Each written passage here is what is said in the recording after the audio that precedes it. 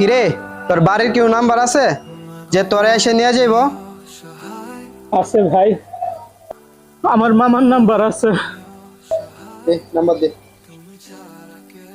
014078962।